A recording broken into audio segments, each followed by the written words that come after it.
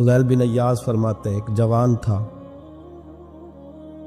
مسجد میں آیا، لوگوں سے کہنے لگا روٹی کھلاؤ، کسی نے توجہ نہ کی۔ اس نے کہا میں رب رب بتانے والا ہوں، میری طرف دیکھو تو صحیح۔ کسی شخص نے خیال ہی نہ کیا۔ پھر اس نے کہا یار تھوڑا سوچو، نمازیوں سے کہا، اہل علاقہ سے کہا، انہوں نے کہا تیری طرح کے بڑے درویش دیکھیں۔ مسجد کے محراب میں وہ رب کریم کا بندہ انتقال کر گیا۔ جب فوت ہو گیا نا، لوگوں کا مزاج ہے، بیمار کو دوائی نہیں دیتے، جنازے پہ وقت پہ پہنچ جاتے۔ جب کوئی گر رہا ہوتا ہے تو سہارا کوئی نہیں دیتا، جب کوئی گر جاتا ہے، ٹانگ ٹوٹ جاتی ہے تو تیمارداری کو زمانہ پہنچ جاتا ہے۔ اور بزرگ، وہ نوجوان اللہ کا نیک بندہ مسجد کے محراب میں فوت ہو گیا۔ حضرت فضیل ابن ایاز کہتے ہیں امام صاحب نے اعلان کیا چندہ دو، کوئی لاوارث فوت ہو گیا، کفن دینا۔ چندہ کٹھا ہوا، کفن خریدا، جنازہ پڑھا، عشاء کے بعد دفن کر کے آئے۔ فجر کی نماز کے لیے جب امام اور مؤذن مسجد میں آئے تو چیخیں مارنے لگے، تڑپنے لگے، دور دور تک آوازیں پھیل گئی، دنیا دوڑی آئی، کیا ہوا؟